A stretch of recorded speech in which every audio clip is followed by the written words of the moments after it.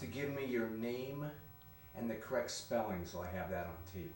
Okay. So if you could go ahead and do that, and I also set my audio levels while you're doing that. Okay? My name is Franz X. Gabl, Gabl.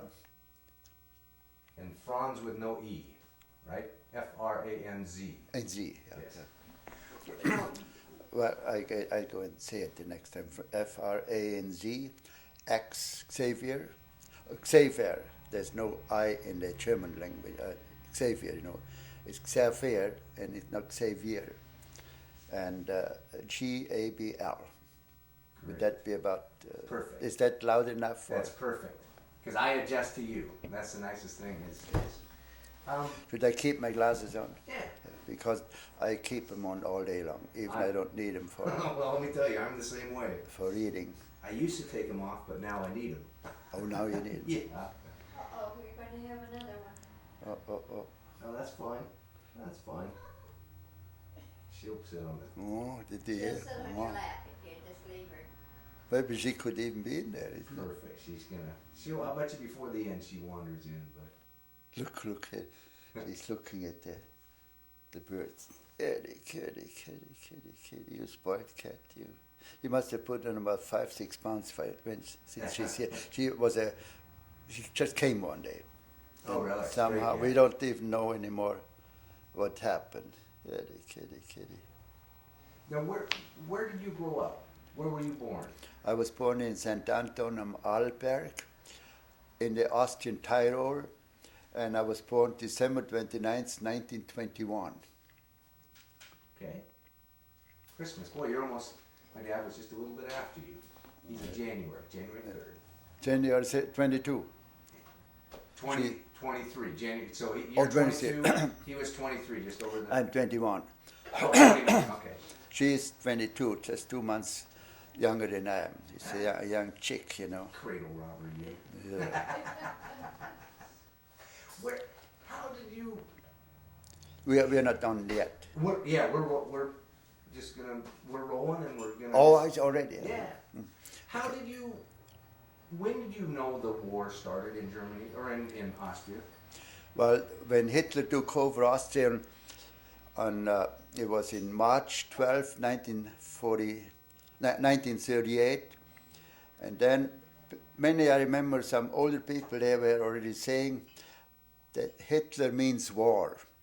Very few, but my father, my two brothers were very enthusiastic about Hitler when he came. I was completely neutral because I didn't know anything about politics. For me, it was only skiing in wintertime, summertime, painting, where my father was a painting contractor, and then mountain climbing, of course, which I love to do weekends. So did you eventually, was the overall mood a mood of fear of Hitler, or did people jump on the bandwagon? Or? No, Austria was totally happy when Hitler took over. And I tell you, the reason was Austria had tremendous unemployment problem. And there are hundreds of thousands of families. The father, normally was only one breadwinner. They have no work. There was hardly any unemployment insurance. It was really no wonder when Hitler took over. Overnight, there were jobs overnight, and I mean overnight. And everybody was just happy as a lark, and 97% voted for the Anschluss. Anschluss means merger, And you couldn't blame the Austrians for that. They didn't. I would say this: the intelligent persons, they knew Hitler meant war, and there was a little rumor going around, but not wide known. And so the people were very happy when they had no work and bread on the table. What type of jobs did they? Any job. Really? Just. First, when Hitler came in, he already produced in Germany for 5 years, already produced military equipment, airplanes, tanks. They were working already hard on that. Afterward was known that Hitler was committed to war. And so overnight, everyone had work in Austria, overnight. And that made all the difference. Before, misery. now work. Which is understandable. I mean, I Yeah. could see where that would be a positive. Exactly. And so you were 20 years old, roughly. No, I was 17. 17. Yeah. So you're just basically would be considered a high school. Yep. You're just a kid. We don't have high school in Austria. It was only grade school for 8 years, and that was that. Then you could go on to higher learning schools, but no high school. I was neutral. I was very happy. We had a Hitler Youth group in town, and we had fun. It was really fun. It was like Boy Scouts. We went on the weekends. No political indoctrination in the Hitler Youth. Just we went on hikes, on playing fields, and then we had all kinds of overnight trips with the Hitler Youth leader. And it was very much fun. So you being a member of the Hitler Youth, you got a uniform and We got the brown uniform with shorts only, because in wintertime you didn't do any marching. And then they had a big red armband with the white circle and the black Hakenkreuz, the swastika. And it had a little band over here like a necktie, and with a hat, only shorts, and then the socks up to under the knees. But it was fun to be a member of that group, but we had no idea what was coming. because like you described it, even the uniform sounds like our Boy Scouts. Yeah, but exactly like Boy Scouts. Hiking, camping, and Yeah. what kids do. And no indoctrination about politics. We never heard a word about politics. Now, when did that change? Now, let me back up one question. You at 17 were a good skier. I mean, Yeah, you were a I very was. good skier. I right? was one of the best in Austria already by then. So you were already focusing on going to the Olympics by this time. No, No? the Olympics, they were supposed to be in 1940. I think it was Japan. And then the war came, then of course there's no Olympics. But I was already a ski instructor for Hannes Schneider in Christmas 1936. Hannes Schneider, the famous.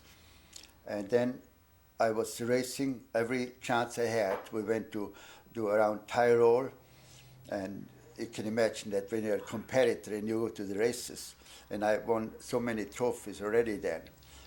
And then 1940 then, the war was already on. The war started in 1939 in September 1st with Poland. Then in May 1940 in France. And in the fall, in October 2nd, 1940, I was conscripted in the Reichsarbeitsdienst. Reichsarbeitsdienst, that's a pre-military organization where you work. You had to work for the fatherland. And then in 1941, the war was on already, and France was already done with. And in 41, on May 2nd, I was near Innsbruck into the military. I was conscripted into the military. And then we were there until September. And then we were sent to the Russian front on September 27th. In Salzburg, we got new uniforms. Then we went to cattle cars to Poland. And then we marched for a week long, every day, 25 miles with 65 pounds. On the 4th of October, we went then on into Russia. I have 3 diaries still here from the war. And my first one says, October 4th, our unit goes into Russia, a sad sight, trauriger Anblick, which is in German, in English, a sad sight. Then we were in Kiev within 2 days. They were already, the army was ahead of us, about 300 miles already. Then we marched every day. We marched for about 200 some miles. And then the mud period came. The mud period, you have heard about the mud period? Mm-hmm. You didn't in Russia? The rains came, and in Russia there's no highway paved or concrete, none. As soon as the rains come, you have mud anywhere from 6 inches up to about 1.5 feet. and there were millions of those soldiers were walking, unless you were motorized units, and sometimes they couldn't get more than half a mile a day. And we marched up to here in mud, and we had the high boots, the German high boots. Sometimes the mud even came inside. Nothing you could do. You kept on slugging until at night you were bedding down. And then we had not enough to eat. We always been begging to the Russians. Sounds funny here. We begged from the Russians bread and stuff, food. As soon as we bedded down in a house, each time one group, one squad got one house, and then we went to houses which were not occupied by our army people, and asked in Russian, "Kleber, yes, do you have bread? But if you would use a gun, that's the death penalty in the German army." That was absolutely, you could not do it by force. We always got some bread or something, and then in the morning up again the same thing, and then at once in the end of October the cold came overnight. Within within a day anyway, it froze on top. Below was still, then we couldn't move anywhere. We stayed maybe 2 days in a place, and then it was frozen down to about 1 foot. You could go with horses already. That cold stayed until then on Holy Evening, on December 24th, we went into combat the first time. The Russians broke through our lines all over the place. And on the 24th, we went in. I have it all written down in my diary. On the January 27th, 1942, not a single man from our battalion was still alive or out of a hospital. They were all dead or hospitalized. Not one man. And then I was in the hospital for a while, frozen toes. On March then we came back after the hospital to our unit, to the unit where the kitchen was, and the people, they didn't go into war. Then we were sent into March 19th, 42, we were sent to Kharkov. That was a big city. The Russians were just trying to get it, and we were rushed down from Kursk, 200 miles by train. Oh, it was cold there. You cannot imagine it. Many frozen people again. And then Now, you're how old at this time? Well, in 41, December 29th, I was 20 years old. Now I was 20 years old. And what was your job? What was... Infantry. Infantry. We had guns. The German infantry had 12 men, a squad. It's called a Gruppe. One leader, which normally was a sergeant or a corporal, and then there were 12 men, and there's one machine gun, and 11 guys, they had rifles, and only one machine gun. And a company has 12 squads. It's altogether about 180 men, with the company commanders, then the platoon commanders and all that. And so when the cold came, it was devastating. It's just, you cannot imagine it. And we had no winter clothing, none. I was going to say, only from the Russians what we found old rags around. We put them around here and put rags. We put rags in between the overcoat, but they were the summer overcoats we had, and between the sweater and between the jacket, and we just looked any piece of clothing just to get it in our bodies. And lice, from the first day on, we had lice, and there's nothing you could do. And it's really funny. At night, sometimes after we were out of the combat on January 27th, then we would put the shirts outside at night in 20, 30 below. Those devils wouldn't die. They would not die. And later on we got powder. That was worse. when we put powder in, that lice powder, they went berserk, the lice. They were much worse than put, like you give them something to eat. It was ridiculous, but that's the way it was. Huh, that's interesting because I didn't realize that they were so unprepared. I knew that the U.S. soldiers had problems because they weren't ready for winter weather, but I would have thought that your military would have been. No, I tell you that what happened, Hitler on also his generals, not there, they can't say anything now. They didn't know. They knew. They all figured 6 weeks, and it's in many military books. They all said, you kick in the door in Russia, and within 6 weeks, it's a name for it. The Russians are down.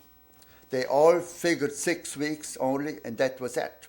And it looked, on the beginning, it was 6 weeks war, because on the beginning. But then, after about 2 months, the Russians, they started to stop more, to fight more.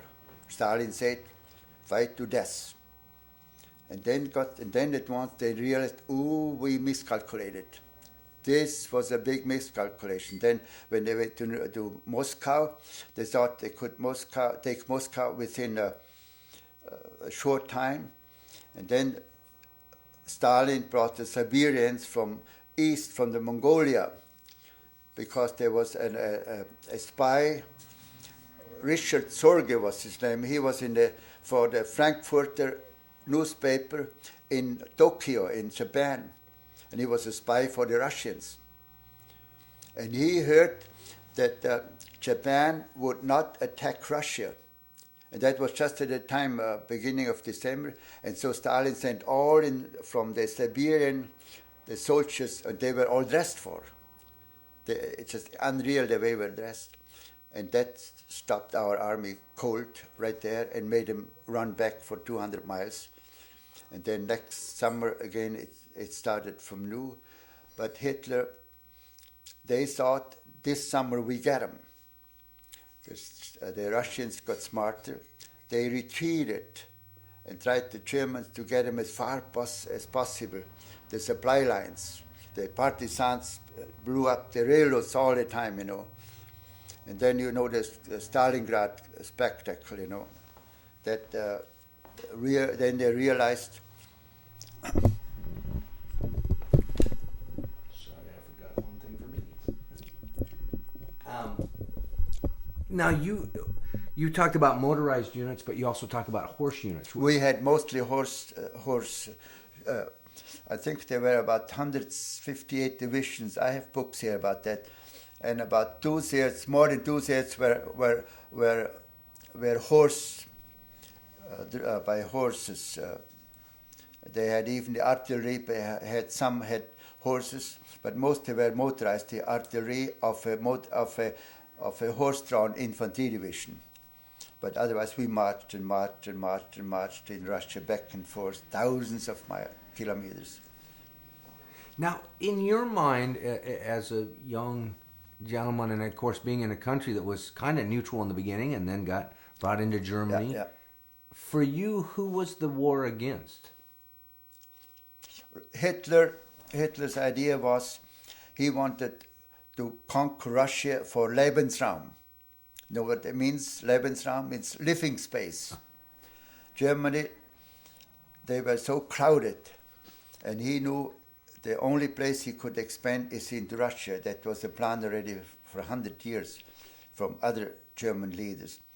And I have all the details here, he would have made the Russians just slaves, and he would have, until the Ural Mountains, all Germans would take over Russia and then expand and stay there. And it didn't work out, as everybody knows. That's what his plan was. The reason he took Russia, so he could expand in Lebensraum. So was it easy for you? Because I look at, I understand the U.S. viewpoint, and most of the people you talk to say, we knew what the war was, we were gung-ho, it was for our country. Vietnam War was a lot different because it wasn't that way.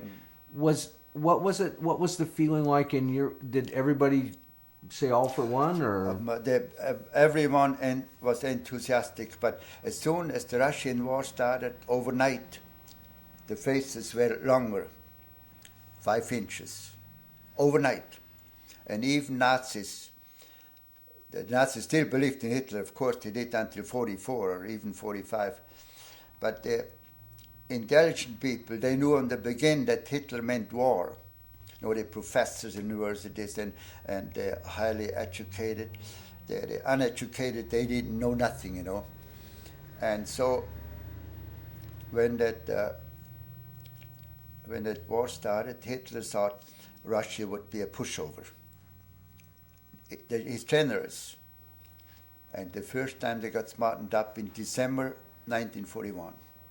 That was from then on, most generals, they were against Hitler. They tried to get rid of him, but they never did it. They already realized now that's it. boy, that had to be tough fighting a war then with a mixed, not necessarily believing in the leader. And of course, I never, but in my group, in my Austrian unit, when we out to Russia, many were gung-ho.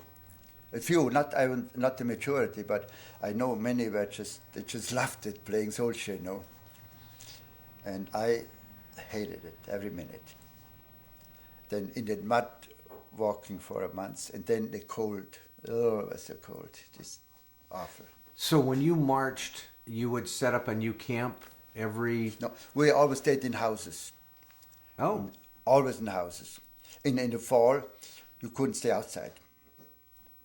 You would lay down. You in the morning you were under a foot of mud, and then when the cold came, you would be deadly frozen within 12 hours, dead.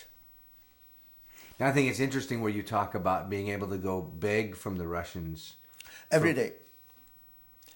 And sometimes there was a village where there was no house free. You couldn't go in another house, but soldiers were in there already. No, because when they were in there, but they could not take anything from the Russians. That was absolutely forbidden, and it was the firing squad. And if they would deport you, but nobody I ever heard took it by force from the Russians. But they were very generous. Always gave us something. Which is, I mean, again, because you hear of the atrocities of war and everything like that, but yet here you are, kind of coming through their neighborhood, and can we stay in your house while we're having a war with you? Well, that's only in 41 in the fall. 42 was different. Then we were in the ground all the time. Then we were no more in villages. Then most villages were already half burned down and so on. Then from then on, we were in ground, and in the summer of 42 was very quiet where I was. And then we built good defensive perimeters for the winter of 42, 43, where I was in the middle, in the center. And the 6th Army, we were part of that. But we had so many casualties in 41, 42, the winter, that our division was pulled out from the 6th Army and put in very quiet sector in the middle of Russia, in the center. And the 6th Army went on to Stalingrad and the 4th Panzer Army. We were sitting there all summer long, beautiful. We didn't see a Russian for 2 weeks sometimes. They were at least half a mile away from us. And it was beautiful sunny. I still have pictures here of all that. I had always a camera with me. So did you, at that point, kind of lose the feeling of war going on? Just about. No, we knew the war was on, but there was no enemy for 2-3 months, not one single where you shot at the enemy. You might see once in a while some in the way distance, they're running around a bit, they saw us. It was absolutely like peacetime. Huh. In that particular time, part where we were. How many different, where you were, how many different countries did your troops face? Did you face French? Did you face Polish? Did you? Me, only Russia. Only Russia. I was not in the army then. I was in the Reichsarbeitsdienst before, in 1940. and it was in France with that organization. They were not soldiers, they were shoveling, making airports, that we did. And they were not meant to be soldiers, they meant to work and make highways and improve that. No, in Russia, that's the first time I went into war, and I was there until 1945, and then I was a prisoner. By the end of the war, the English, they turned us over to the Russians. Not exactly, it could be meant it was dirty. What they did, the Stalin and Roosevelt and Churchill, they agreed on a certain line in Germany in 1945. In February, they had a meeting in Yalta in Russia, and they agreed this line in Germany, you stay east of it, you Russians, and we Westerners stay west of that. And we were in the English zone, on the Baltic Sea, and so the English, they had very little food in those parts. All the agriculture areas are eastern Germany, which became East Germany. So they put us about a month before, or a month and a half before that time, they put us in the future Russian zone. We had no idea, of course. And then overnight, on July 1st, in the evening, we were told nobody is leaving this town. You stay inside door from 7 o'clock on. And we saw the English with all kinds of motor vehicles, they taking off to the west. We still didn't know. It was so secret.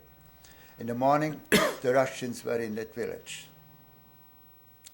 But we got to visit the same day in the morning in our hospital. I was in the hospital. And they were very gentle. There was two older gentlemen. One was a doctor, probably one an officer, and then probably a private, I think. They went around the room, looked around, very gentle, and we were scared a bit. And when they left, we didn't bother us. We were left alone. We went begging every day in town to the bakeries, back to the hospital, begging to the town. We had a certain place where we went to one, then my friend would go to another one, then we switch over because we had only a bowl of soup and a slice of bread a day, and that was on for 3 months, and you get hungry. And then on the 17th of July, we were 17 days with Russians. Then one morning, we were ready to escape to the west, 10 miles away. And just we got up to leave, tried to go to the English zone, the whole hospital was surrounded with Russian troops. That scared the daylight out of us. Then we all marched into town. They were in with about 200 from that town. They marched us to a hospital, not to a hospital, to a prison camp. It was a ex-army camp. But there we got, some had to work. I was in the kitchen, helping the kitchen, which was for me heavenly. And after 2 days, my friend Willie and we decided we're going home. Now he lived near Berlin, so we had to go east for 300 miles, towards Russia, in the Russian zone. Then I knew I would work my way down through Dresden, Chemnitz, Plauen to the Bavarian border, which I did. And it took me only about 2 weeks to go there. We could go by train then. There was no Russian in the train. And then on the 2nd of August, I went from the Russian zone at night into the American zone. And the Russian zone, they had guards all over the place. Every 100 yards or so, there were guards there. Like in war, those idiots. They did not want anyone crossing.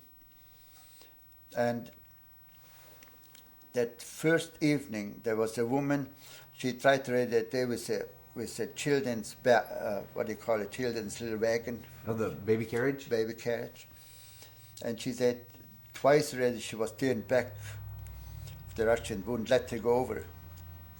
And so I went to another place, and I go about 10, 15 yards into the opening. There was a spot about 60 yards wide.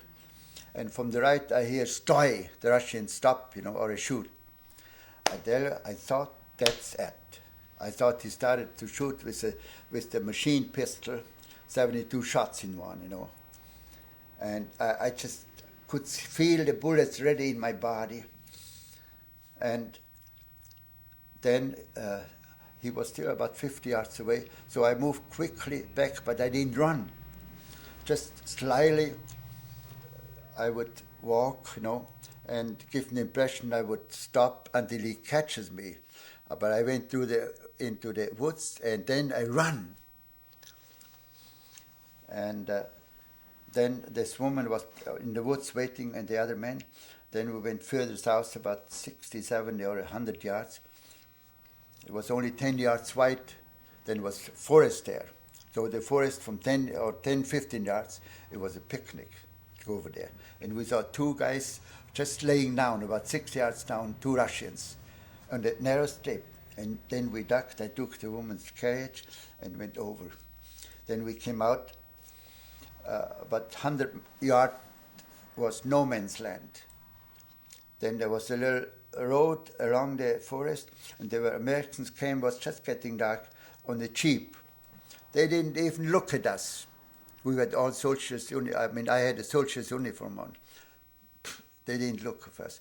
But they were quickly to find at night, because curfew was very strict there.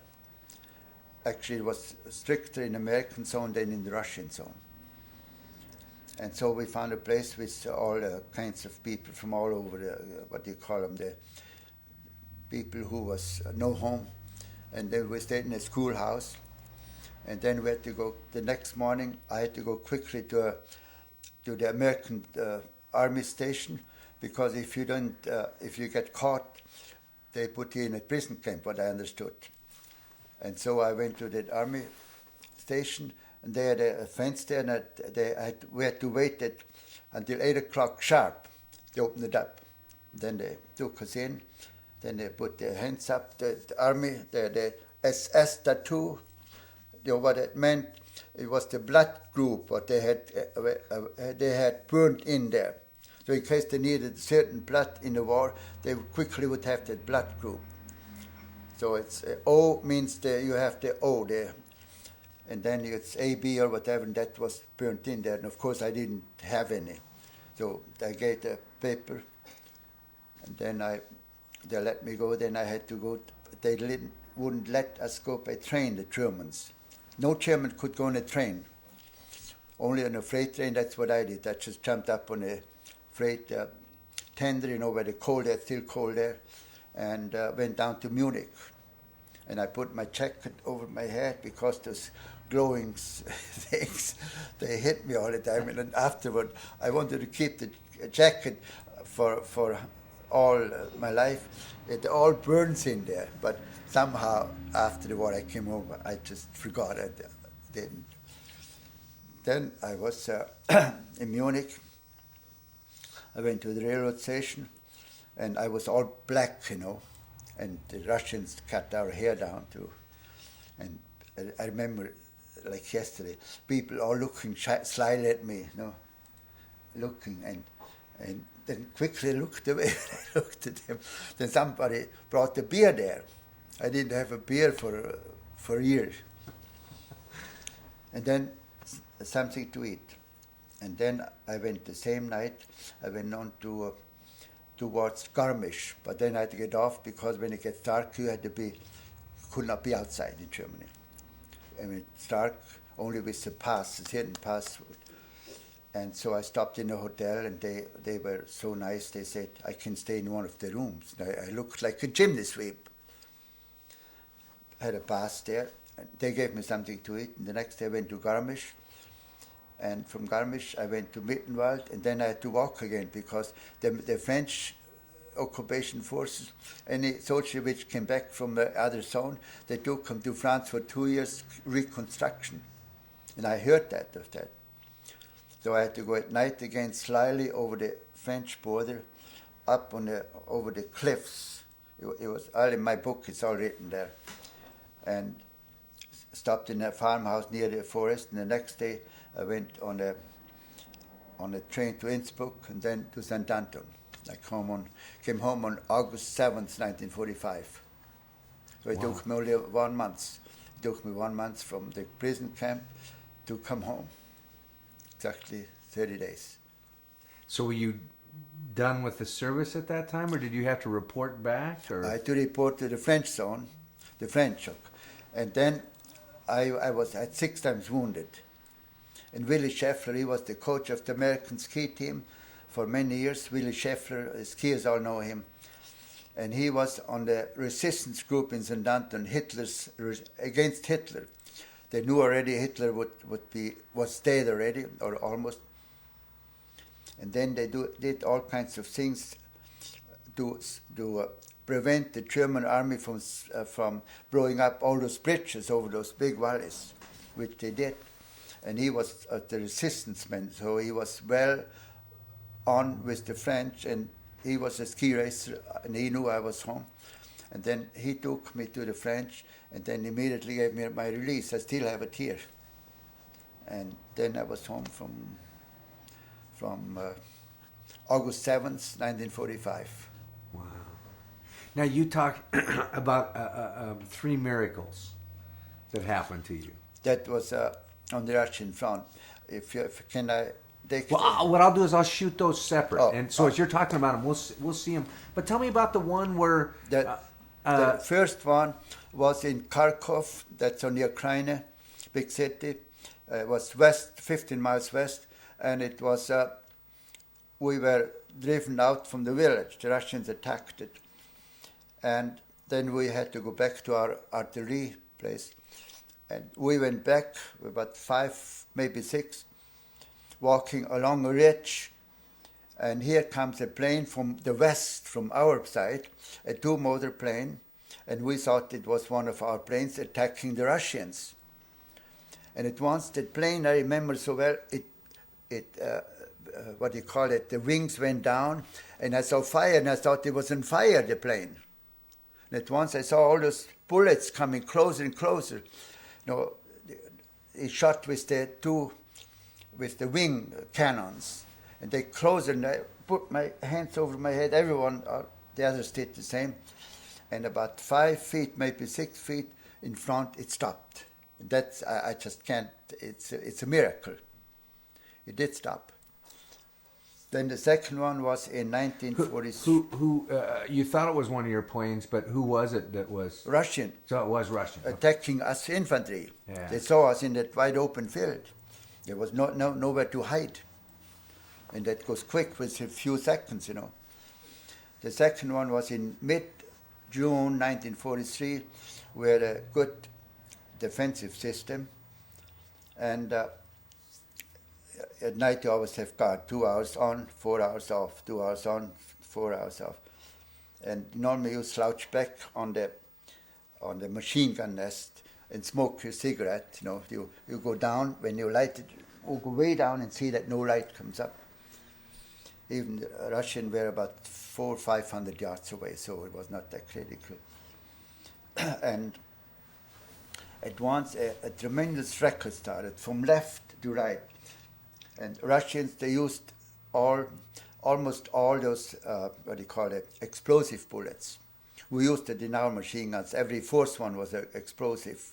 Every 3rd one was a tracer bullet, so you see where it goes, and the other were normal bullets.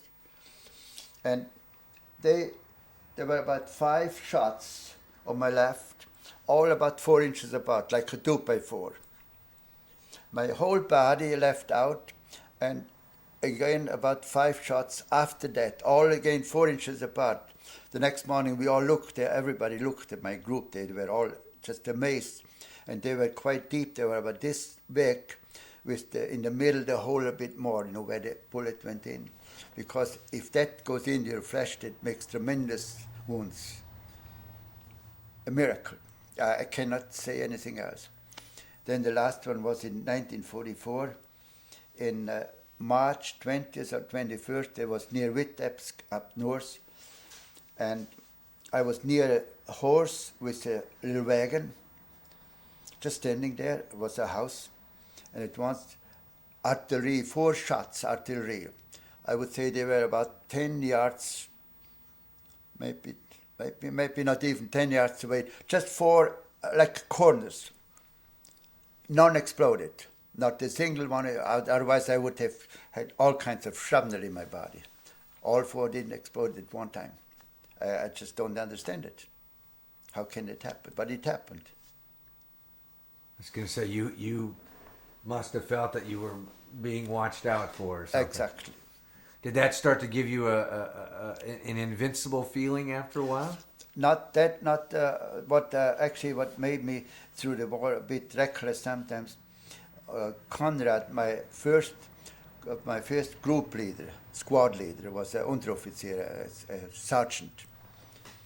And he said when we went into combat on December 24th, he was near me. He knew I was a bit reluctant and scared like everybody else was, because the others, we were already in combat before, many of the others. And they said, Franz, he said, we talked quite a bit about skiing in my hometown. You know, he wanted to come skiing to my hometown. He said, Franz, in war you need luck. You need luck. And I never forgot that, what he said. So you just need luck, because I was wounded 6 times. I could have been wounded 25 times, but I don't think the luck would have held out that long. So then I just figured when my time is up, it's up, finished. That was my opinion through the whole war. So, were you a machine gunner? Did you? Most of the time. But you switch around. The reason you don't want to be a machine gunner was not because normally machine gunners are the first one to go, you know. But it's heavy to carry, 27 pounds. And when you, even in attack, you have to carry a damn thing, you know, and the others have only a gun and maybe a few, 1 or 2 ammunition boxes. And but when you are in a quiet position and you are number 1 machine gunner, you have privileges. You get sometimes, you don't have to stay guard, you know, on the machine gun nest. You got other things. You have obviously have an advantage that way. And I loved to be a machine gunner because I knew when my time was up, it was up. No fear. So you had to carry the gun. Did it sit on a stand? No, it's a pipot. A pipot. Oh, okay. In the front.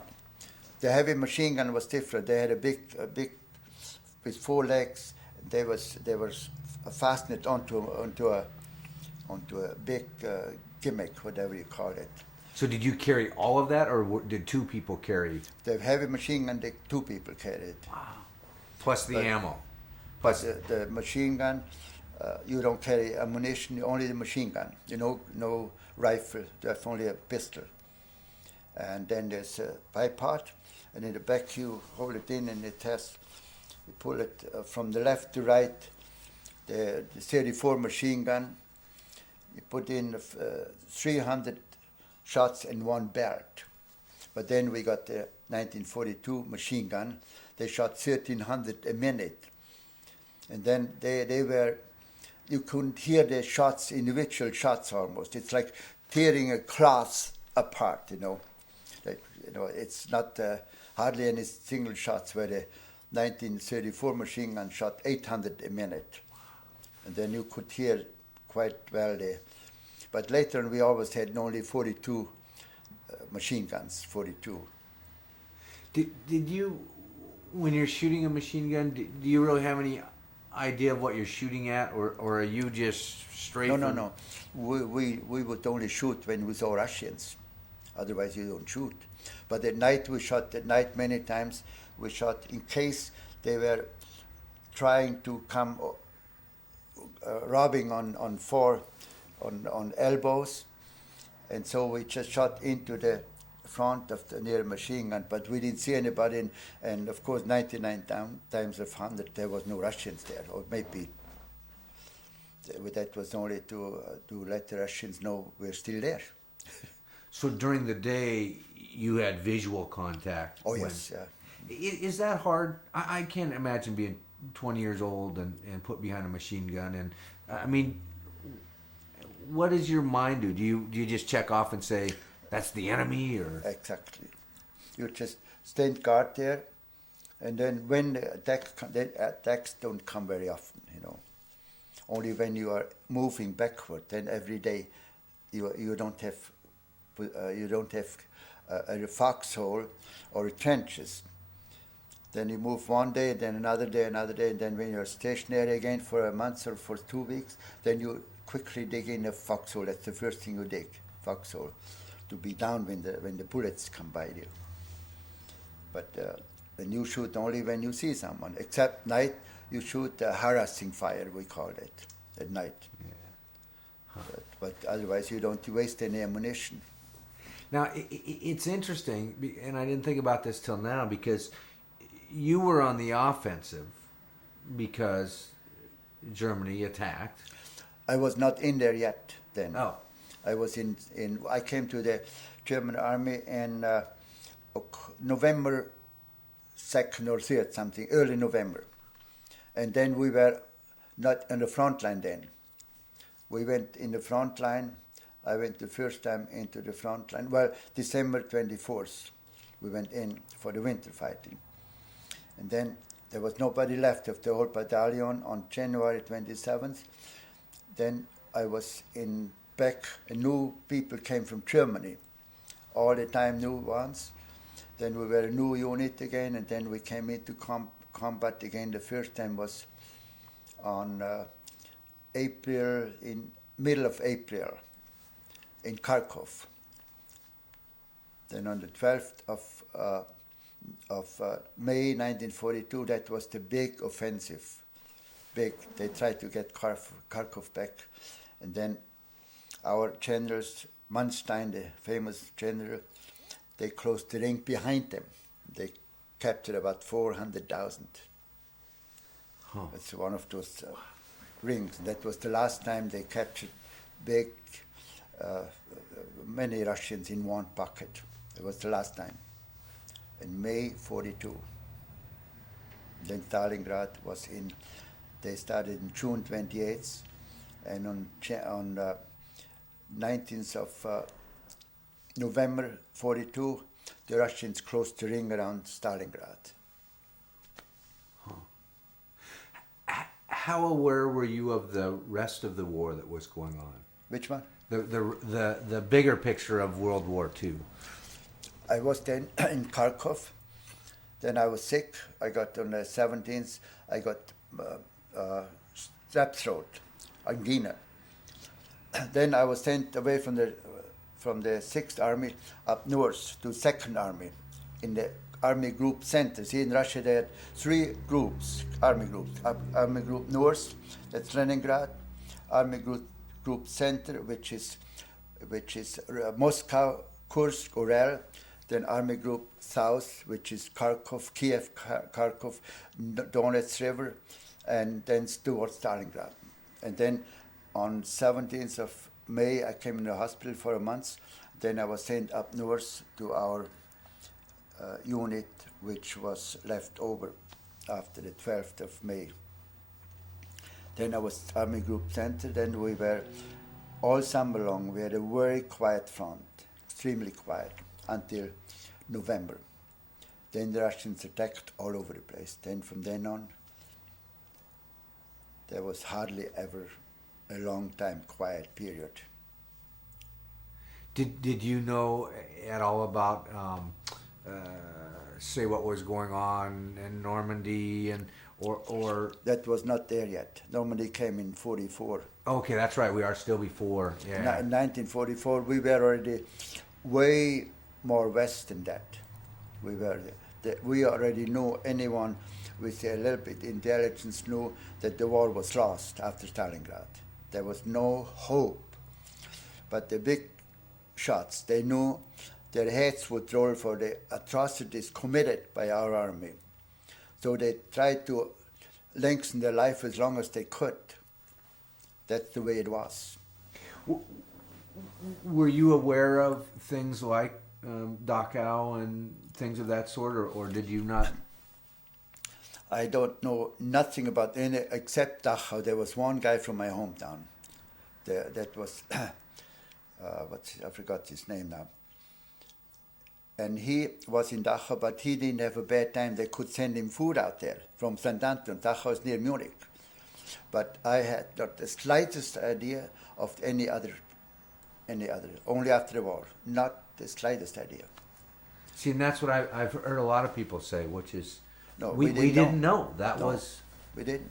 Huh. It's also secret, but it couldn't be completely secret near the cities where a concentration camp was. Some people knew, but nobody was. They all were scared to talk about. The Hitler regime put such a scare into people to talk about against the regime. They just didn't. Because that seems like so many different levels of Hitler, and when you had the SS and you didn't know who you could trust and not trust. It was an awful regime, just awful, you know. Huh. Well, do you think that there was, because from over there it was so different because you were fighting on your own lands. I mean, in the U.S., Pearl Harbor was bombed. We had a little bit up in outskirts of Alaska, but other than that, it didn't take place here. It was South Pacific. It was Normandy. It was Germany. It was Is there? Do you think? Well, I guess after the war, what was your view of the world? Looking around at countries, and I mean, did you hate the Russians, or did you think the Germans did a mistake? Never hated the Russians. Never hated them. I just was so glad to be home and have that war. The war was over. I don't know how to explain it. I really don't know what to say. I knew the war. I was just shocked when all those things came up. The concentration camps. It's just shocking that Germans could do all that. It's still unbelievable. It's inhuman what they did. Had you met SS people with the tattoos and? Yeah, in my hometown there were several. Actually, one was one of my best friends. Did you see a change? Because I mean, any military, U.S. or whoever, they have to a certain extent, for lack of a better word, brainwash to train them. Exactly. Did you see a change in those people? No. That's one thing that disappoints me there.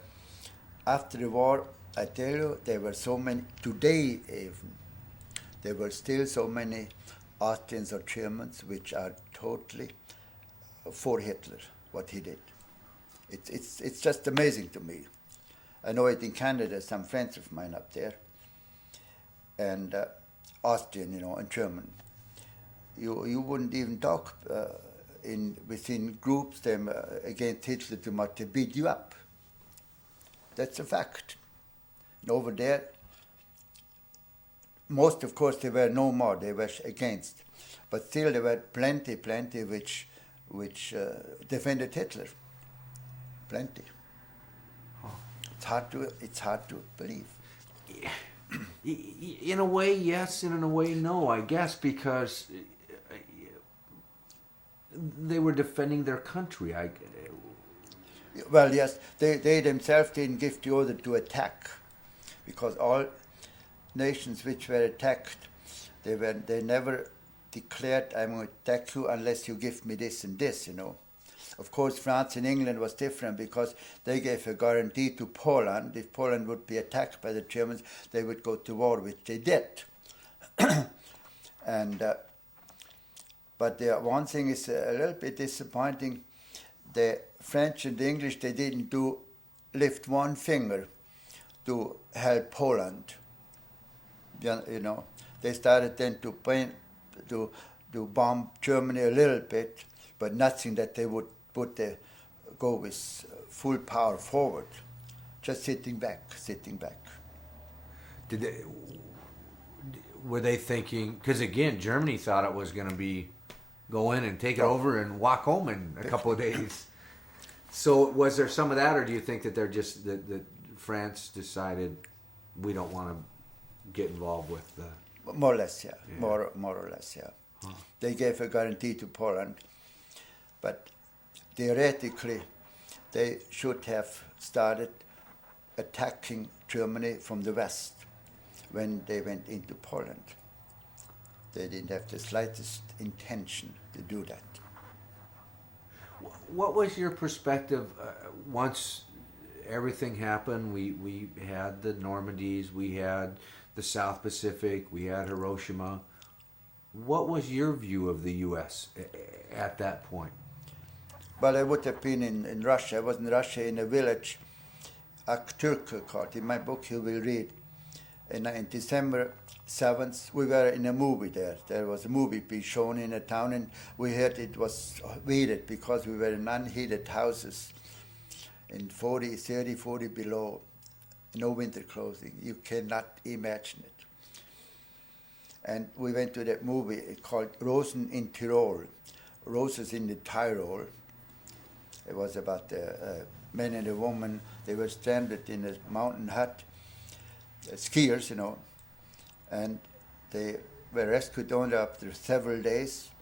And at once the woman, they didn't get their names, their addresses, their full names. She got pregnant. And now how to find this man? So she came to that town, it was not a big town, and looked if she could see that man in wintertime, the same time in wintertime, like February or March, whatever, for years. And then after several years, she found this man in that town, and then they knew each other, and then of course they were just happiest. They got married, and the little boy was already several years old, and they got married, and that was the end of the story. Marrying and tears. And it was a beautiful story. Actually, if I would be a fiction writer, I would write a story like that myself. It would be a perfect story. Now, coming back, then we were in that movie, and we came out from the movie, and there was an officer, a lieutenant, standing on the chair at the exit. There might have been several hundred soldiers in there, and said, all go immediately home. Germany has declared war on the United States, and the Russians have started an offensive all over the front, and we have to go to the front immediately. So we had to go home. Then the next day we had to go to partisan hunters. They went into the forest a day before. We had to get them back. And then when they all were back, the next day we were walking to the front about 100 miles north toward Kursk.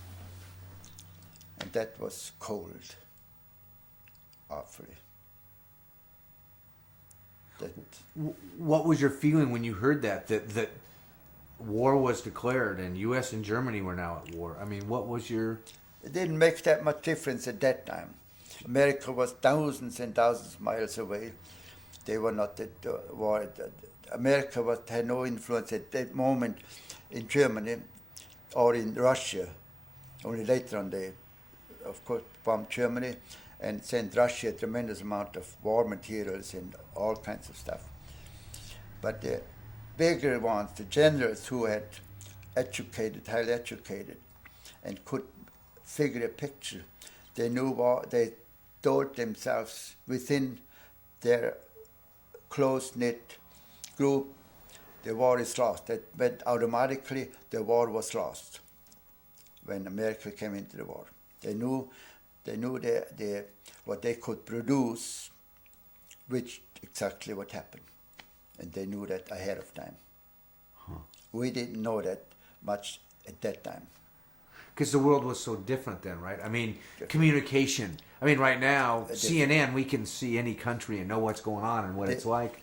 Different world. Yeah. I mean, so what was your perspective of America at that time? I mean, it was just... Too far away. Yeah. Too far away. Huh. The only thing I always wanted to be, when I saw that first winter, we always wanted to be sent to the West. And I wouldn't have fought there in the West. I would have given up. Really? Yeah. I had it in my mind, let's say from 42 on it, anyway. There was no question that I would have not fought. Because of you knew you were losing, or because of who you would be fighting against? Not only losing, but I felt it was so wrong to attack Russia without any reason whatsoever. They sent trains to the last minute. They sent trains with grain and with war material into Hitler's Reich. The train went through the borders until the last hour. Bang! It exploded. Also from behind the back. It didn't make sense. It's cowardice, very cowardice. Hitler, they were insane, those people. That's all I can say. That's where, and again, as a soldier, that seems like where it would be so different. I mean, as I said, the U.S., Pearl Harbor, we went on the offensive. Yeah. Or the defensive. I mean, we were defending. Yeah, first. Where Hitler, like you said, he was remodeling. He was, remodeling, yeah, that's it.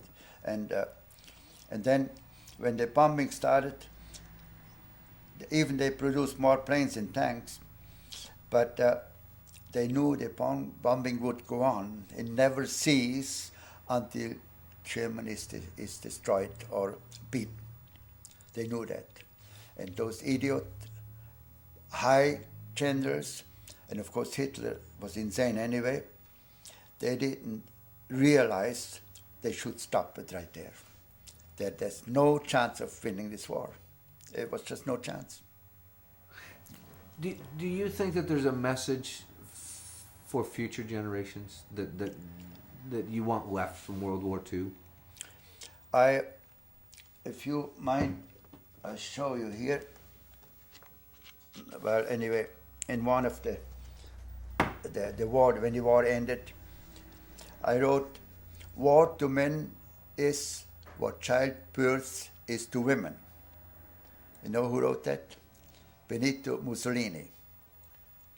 War to men is what childbirth is to women.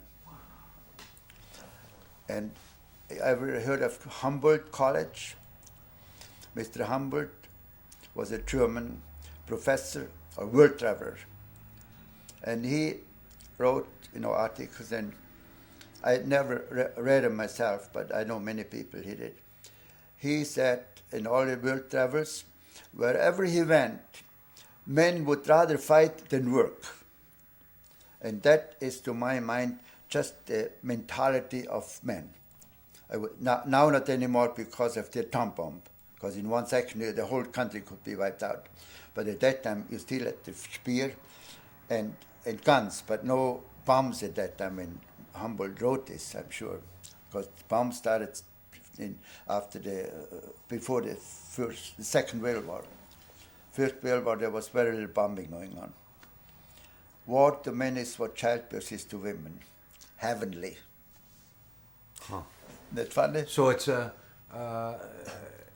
something in the nature, nature, the animal in us. Fight, yeah. Huh. Like in the animal world, bulls, elk in the fall. In Africa, it's a nature. I can only say that, otherwise there couldn't be any war. Any normal thinking person would not want war. My tape's beeping me here. Let me switch tapes. Up. I mean, You were a child, and you had to have seen just atrocities. How much do you think it changed your life? Well, quite a bit.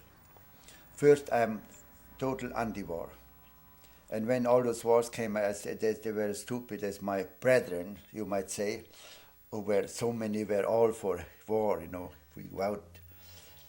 And actually the Second World War was completely different what my parents always tell. In the First World War, they told me, and I still see pictures in books, all the trains were decorated by Christmas.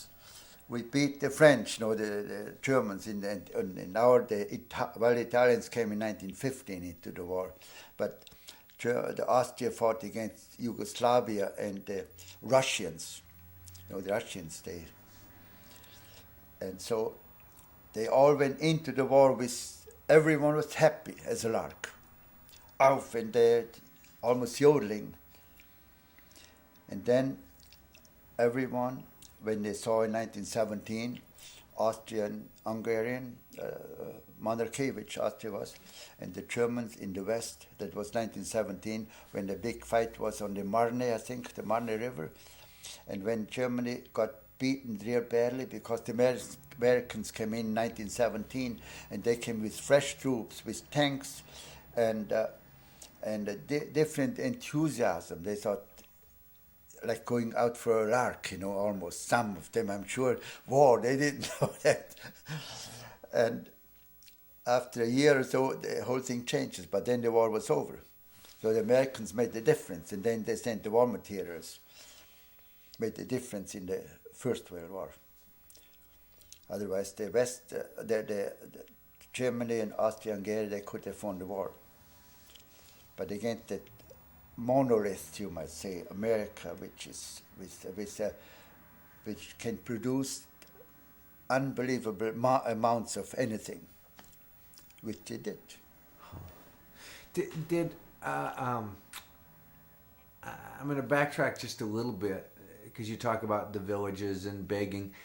Yeah. When the war was going on, and this is a thing that not having been in war, not understanding, your troops come through, war's going on. Do the cities still kind of just, would it be like Bellingham and some troops march through, but then the coffee stands are still selling espresso, or what are the villages like? I mean, is business still going on, or? I mean, in the war? Yeah, when you went through these villages. Oh, the Russian villages? Yeah. Well, they see, the Russians there have only one-room houses, 95% in the villages. And they all have storerooms, roofs, all of them. And inside, there's the pitchko, it's like a fireplace, but you set it out 6 feet and elevate it up. That's where they cook. They have pots only, and stew. They don't have a cooking stove with wood. And they bake the bread in there. That's all they have. Huh. Then they put the big bowl in the middle, and they have the cups, many times wooden spoons, but most of the time they already had metal spoons, you know. But they lived primitive like 100 years ago, or 150 years ago now, here. So they were then, if you knocked and begged, they were friendly? What? When you were begging for food, Yeah. were they friendly, or was there animosity? Well, No, friendly. Actually, in the Ukraine, I remember only once I remember, we might start marching from Kiev, 75 kilometers west of Kiev in Fastov. We detrained. From then on, we marched hundreds and hundreds of miles. And in those villages, sometimes people would come out and give flowers to us. And once, in one village only, we could buy bread. I remember it looked funny. We could buy bread for very little. I each bought 2 loaves. You know, the square loaves like here. And then you had them on a string hanging on the backsack because they was all filled up, and they were bouncing around. It looked funny. And that got us a few days out of, but then no more bread. We couldn't buy nothing in Russia. There's no stores. They go every year 2 times to a city nearby with their little wagon and get sugar, whatever they need, flour for their home. They always have a cow or something for themselves. Milk they have. And so they live like 150 years ago here. And I assume that Russia must have been in about the same financial level that you were back at home with employment and all that, and Hitler comes in and offers jobs. Was Russia pretty... No, the reason they were German friendly, because Russia, Stalin confiscated all farms and made it into a kolchose. That means what do you call it, a group together? Co-op. Co-op. Yeah. For the government. And that's what all the Russians hated. And the majority Russians were against, but he had such a ruthless system, that they couldn't do much. If a village would say, he would send 1,000 troops there if necessary. So they had no other choice just to accept quietly, and don't open your mouth, or Siberia is calling you, Siberia. And when you hear the word Siberia, I still myself, I get scared. That's what happened. The Russians couldn't do anything. The communism did just everything government. So a lot of the Russians felt that Germany... They wanted Hitler. It was stupid. Well, of course, his idea was not to make the Russians rich. But they didn't know that. And they would have been glad Hitler comes, and then they can get their property back. And they work themselves instead of told, here you go and work today, there and there and there. They did on their own. It's just was logic. But Stalin was stupid enough to think communism, like it was, is good. It was not good, and I have seen it. Well, it's good for Stalin. Not the rest of the people. No, Stalin had the best in mind for the Russians, but he didn't realize that communism does not do the job. Yeah. You need that individual incentive. Yes. And if that's gone, the whole system of a country doesn't produce. They just don't. Huh.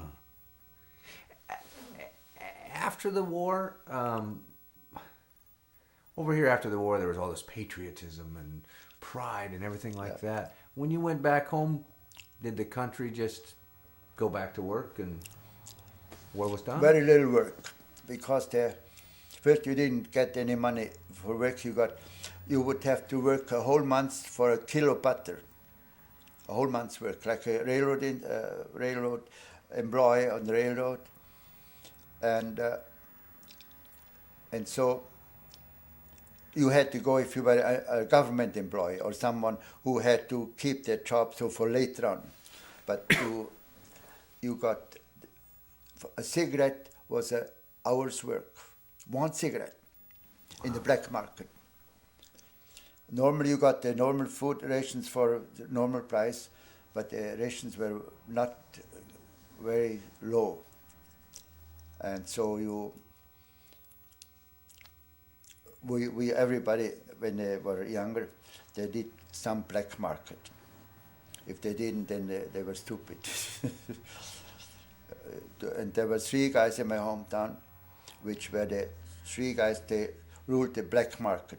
I mean, you could get from them anything you wanted, anything. Joseph, then Heinrich, and the 3rd one I forgot. They were known, so anyone, even the policemen, they wanted something, they go to those guys. Yeah. So what was there an attitude? Were the people of the country looking forward to see something that was going to come in and save them, or was it just devastation? They had so little hope to have it quickly better. The hope was so low that they would get better quick. And for me, of course, it was different. I was a war invalid, and I knew I'm home now. That's all I cared.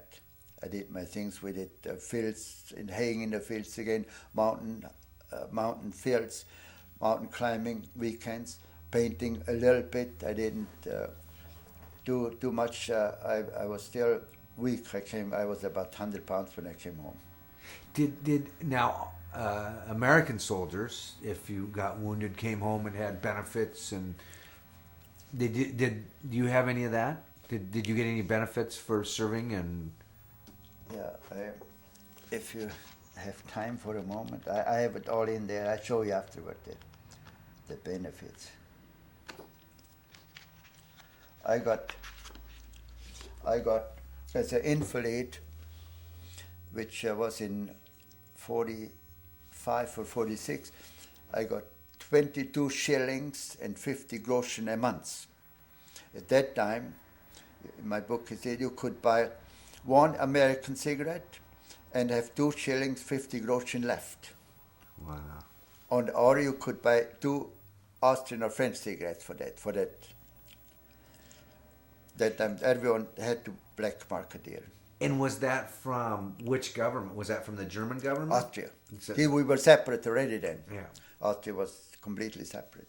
Because where it's interesting, because when you served, who did you serve? Were you, when you were in the military, were you serving the German government? German. We 'Cause were you under got- Germany. Yeah. We were part of Germany from 38 on until 45. May 7th. May 7th, the Austrian government already itself declared themselves separate. Huh. But we still have German marks then. They started in 1946, I think, when they were changed over into the Austrian shilling then again. We had shillings, then marks, and then shillings again. Huh. Wow. Did you did your skiing come into play when you were in the service? Did you do anything with your skiing? No, nothing. Nothing. Only I was home once in winter time when the skiing was on.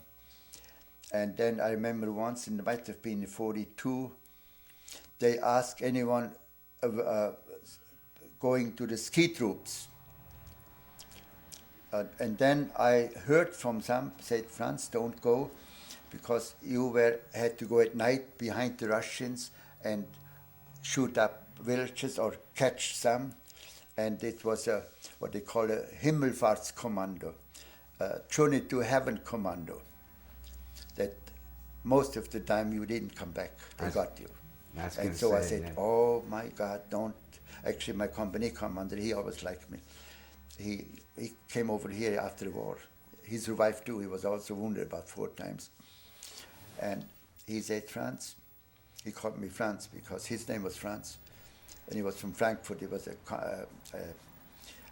lieutenant and first lieutenant and a captain. And he said, Franz, I don't want you to go. You stay here with my company.